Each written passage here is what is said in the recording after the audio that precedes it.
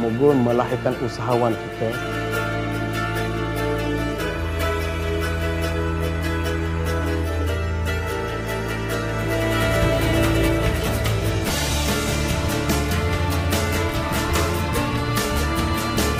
Ya, tapi syarikat yang abang tengok ni followers dia ramai kan?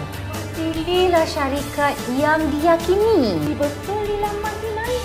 Kedai patuh syariah ni macam mana Ustaz? Saya ada buat pelaburan emas online. Ada pihak yang jual dina emas untuk pelaburan, apa hukumnya? Bila perlu bayar zakat emas ni?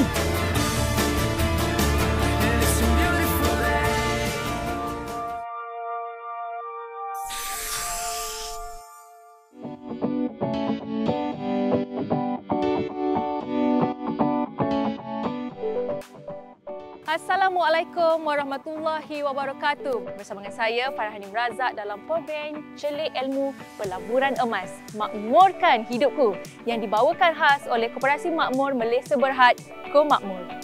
Dalam episod kali ini, kami akan merungkaikan persoalan mengenai pelaburan yang selamat dan kurang berisiko, terutama ketika ekonomi tidak menentu. Juga panduan memilih pelaburan terbaik antara emas dan pelaburan amanah. Selamat menonton.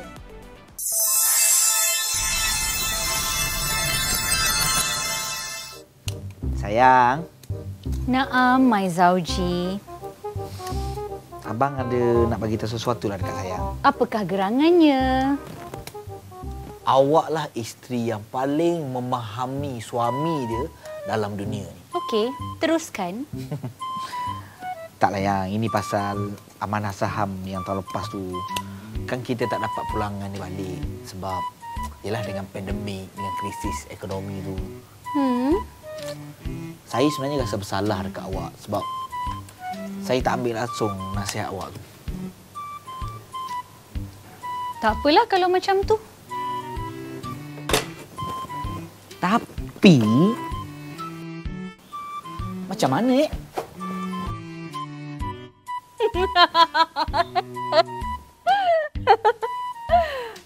Surprise!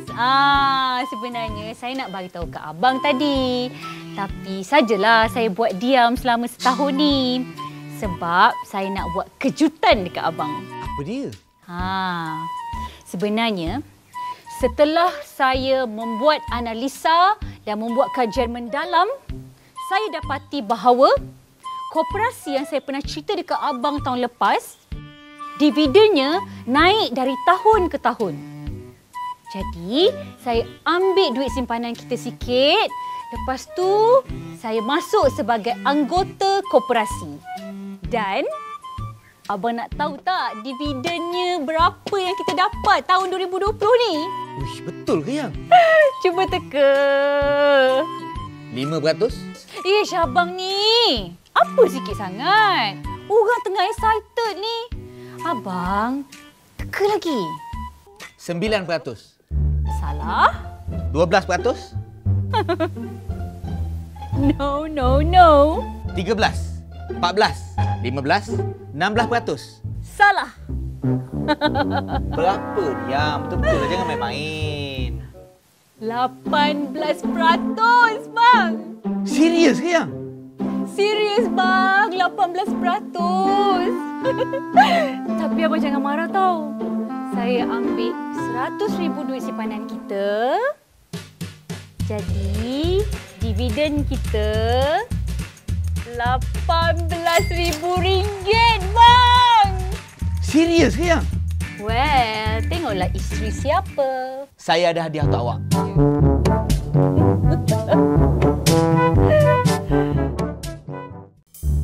Pada tahun 2000, nilai 1 gram emas hanya RM35. Pada tahun 2020, nilai emas telah mencecah RM260.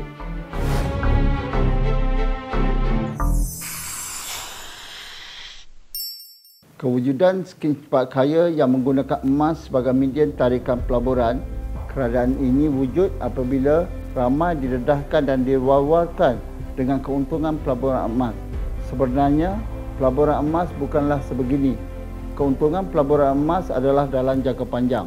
Secara prinsipnya, terbahagi kepada 3, iaitu yang pertama beli dan simpan untuk gold saver, di mana kita boleh membeli emas dan kita menyimpan emas tersebut untuk sesuatu jangka masa. Yang kedua, konsep kita beli, jual, beli dan jual, iaitu kita melakukan gold trading terhadap emas yang dibeli. Okey, keadaan ini kita panggil sebagai gold investor. Yang ketiga, kita juga membuat kerja-kerja pembaikan barang kemas. Okey, itu adalah metod urus niaga di kedai emas. Di mana dalam ketiga-tiga prinsip perniagaan emas ini harus diguna pakai oleh seorang pelabur dalam bidang emas.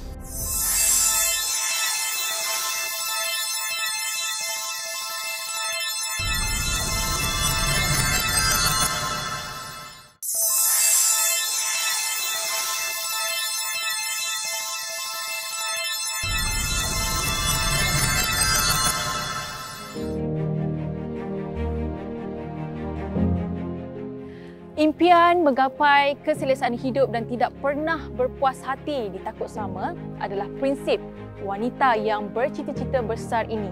Saksikan Inspirasi Emas minggu ini.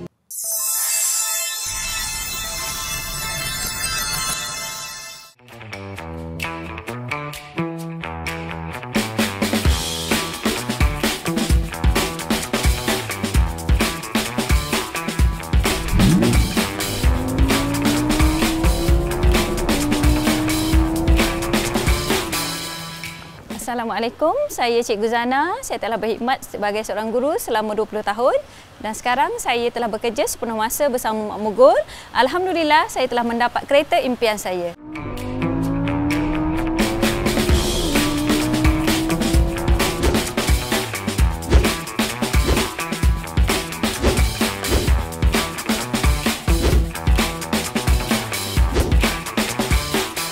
Saya mula menjejaki kaki ke Mak Mogol.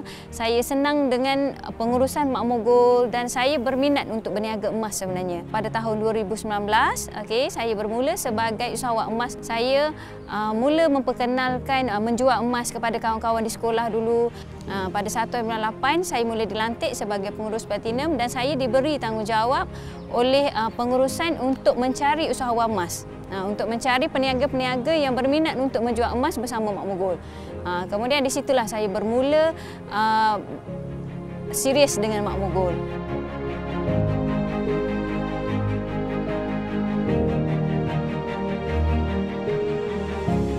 Kita sedia maklum, bidang bisnes ni sangat mencabar, sangat menguji ketahanan mental dan fizikal kita.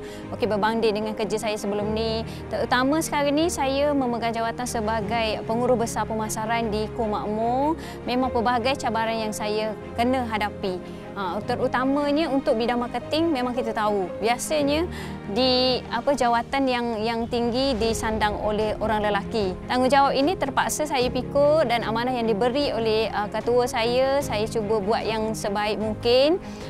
Cabaran yang saya hadapi, yang paling susah bila saya terpaksa berdepan dengan pelbagai golongan masyarakat, terutamanya lelaki lah. Pelbagai golongan masyarakat yang mempunyai pangkat yang lebih tinggi, yang berjawatan tinggi, dan itu merupakan satu cabaran yang sangat besarlah untuk memberi kepercayaan kepada semua untuk percaya panan di Ko Makmur itu sesuatu yang sangat sukar. Pada mulanya saya nampak tiada kepuasan diri semasa isteri saya bekerja makan gaji, sebab saya nampak jiwa dia lebih kepada bidang perniagaan dan bisnes.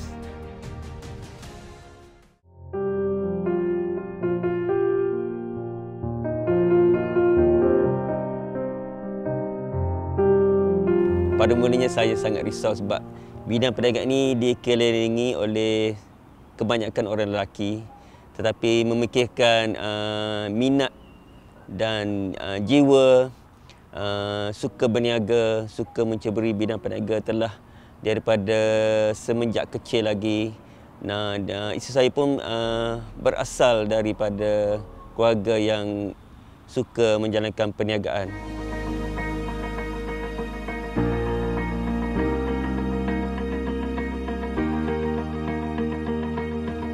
Okey, seperti yang kita tahu, kehidupan saya sebelum ini sebagai seorang guru sepenuh masa, seorang yang bekerja makan gaji. Maksudnya kalau makan gaji, maksudnya setiap hujung bulan kita akan dapat gaji. Jadi dari segi situ kita kena pandai mengurus keuangan kita lah untuk membayar rumah, bayar kereta dan sebagainya. Okey, tapi sejak saya menceburkan diri dalam bidang perniagaan, dari segi pengurusan keuangan saya, alhamdulillah, okey, lebih baik daripada seorang guru. Kemudian dari segi pengurusan masa juga lebih fleksibel, saya boleh mengurus masa saya sendiri, waktu kerja yang tidak terikat, dan alhamdulillah saya bersyukur dengan kehidupan saya sekarang.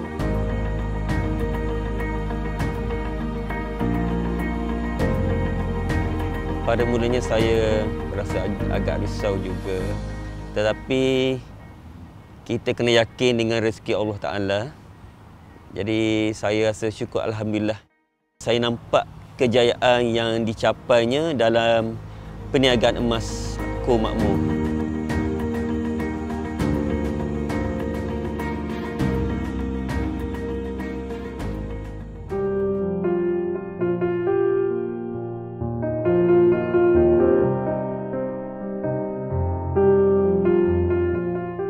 Lihatlah sekarang saya yang telah berjaya mencapai kejayaan dalam perniagaan ini.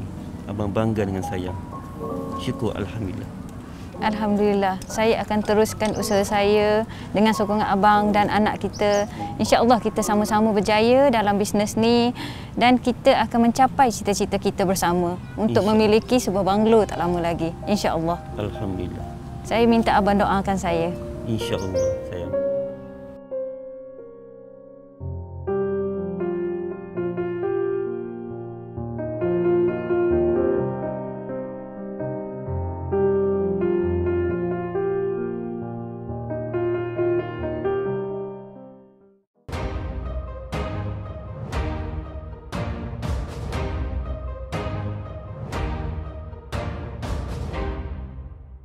Bismillahirrahmanirrahim. Alhamdulillah wassalatu wassalam ala Rasulillah wa ala alihi wa sahbihi ajma'in. Assalamualaikum warahmatullahi wabarakatuh.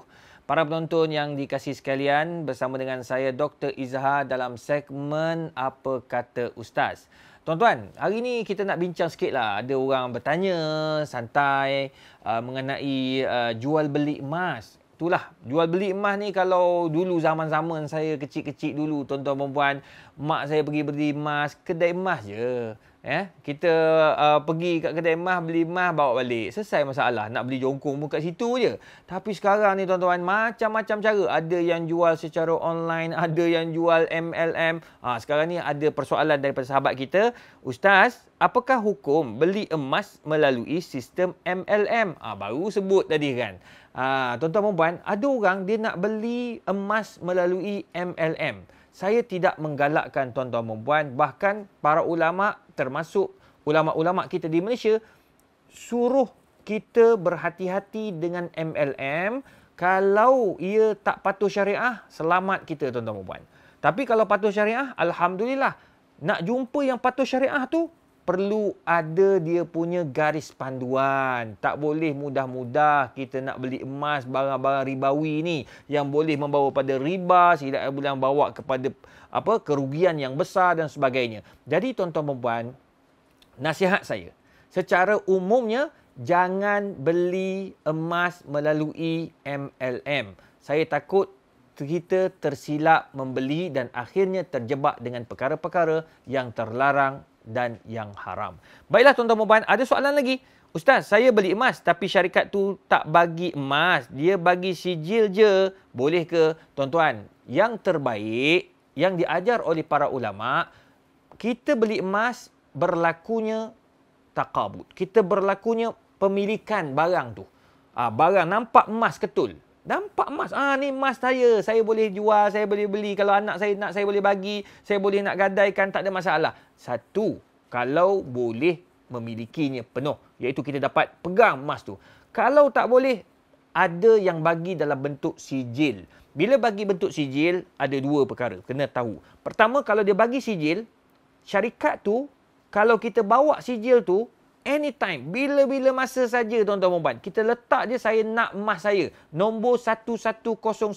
Maknanya dia akan bawa keluar masa tu juga jenis emas 1101 itu kepada kita. Bila-bila masa tidak ada syarat. Itu tidak ada masalah. Tapi kalau kita bawa, saya nak emas saya, minta maaf, tak ada sekarang. Datang minggu depan, tak ada lagi. Ini yang tak dibenarkan kerana terdapat gharar. Oleh itu, berhati-hati tuan-tuan dan puan yang dikasihi sekalian dalam kita membeli emas.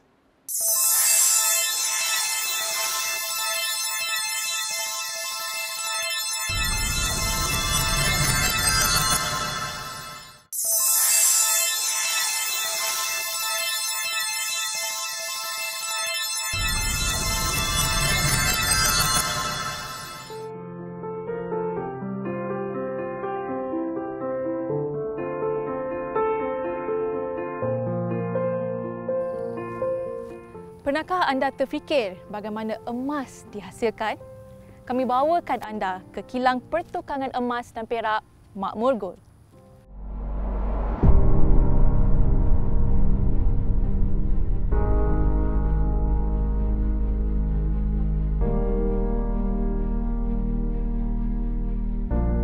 Kilang emas Makmur Gold ni salah satunya kita dapat pengiktirafan daripada Suruhanjaya Koperasi Malaysia yang mana salah satu kilang yang pertama di bawah koperasi. Majoriti kedai emas di negara kita ni sekadar untuk buka kedai emas saja. Dia bukan untuk ke arah membuka kilang. Tapi Makmur Gold ni mengambil inisiatif untuk membuka kilang ni hasil daripada Bumi Putera sendiri. Kilang Makmur Gold sekarang ni, kilang Makmur Gold ada 2 kilang. Satunya kilang di Jalan Cik Su, Kota Baru, dan yang keduanya kita ada kilang di Gebel lah, di Pahang. Pada permulaannya kita buka kilang di Kota Baru ni sebabnya kita melihat di negeri Cik Siti Wakembar ni memang terkenal dengan membeli dan menyimpan emas. Jadi koperasi mengambil langkah proaktif lah, kita buat satu bisnes yang mana kita buka kilang ni sebabnya permintaan barang kemas tu terlalu tinggi di Kota Baru. Kilang di Kota Baru ni kita salah satu kilang pertukangan tradisional. Yang mana kilang ni kita buat production menggunakan hasil seni daripada tangan dah. Contoh kita buatnya ukir nama dan juga logo-logo dan juga bentuk yang menggunakan kaedah memahat. Untuk kilang kita di GB ni kita buat di dalam bangunan siring dah. Mana sebabnya kita buat dalam bangunan siring ni sebabnya peralatan-peralatan digunakan untuk menghasilkan emas ni akan dipantalah oleh siring yang moden dan yang betul canggih. Kilang tradisi di Kota Baru ni kita menggunakan kaedah manual lah, menggunakan kaedah memahat hasil daripada tangan tradisional. Dan kita keluarkan lebih kurang dalam 1 kilo lah dalam 1 minggu berbanding dengan kilang di Gebeng yang mana hasil keluaran kita tu 100 kilo setiap minggu.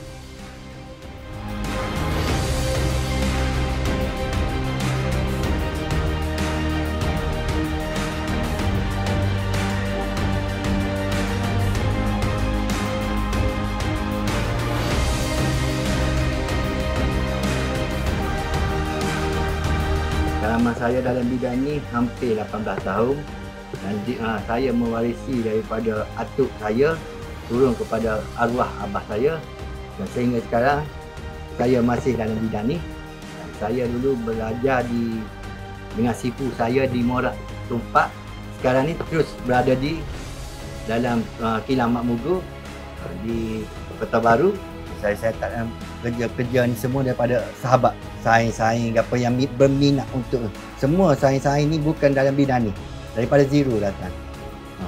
Emas pun kemungkinan dia tak tahu emas tu. Emas tembaga dia boleh bertukar.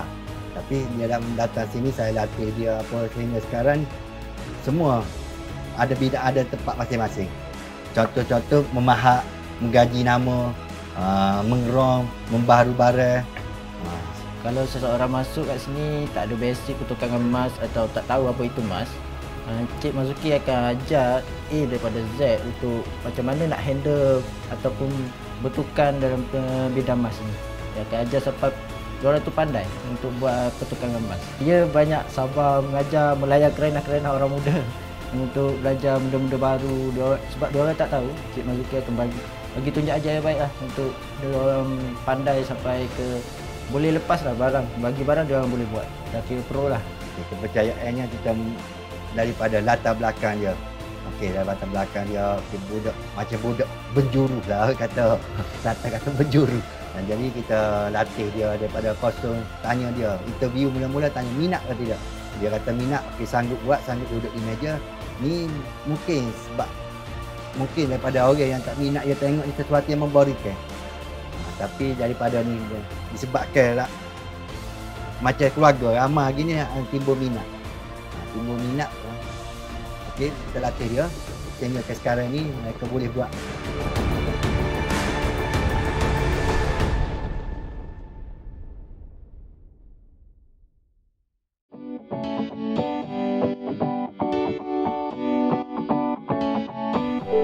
Cukup memberi inspirasi melihatkan perkembangan ekosistem Makmur Gold.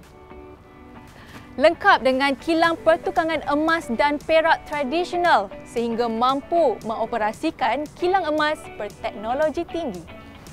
Ayo kita doakan Makmur Gold terus maju demi ekonomi ummah. Assalamualaikum warahmatullahi wabarakatuh.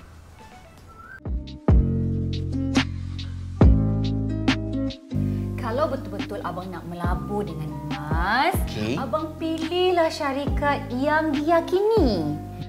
Dari bacaan dan sumber rujukan, saya percaya.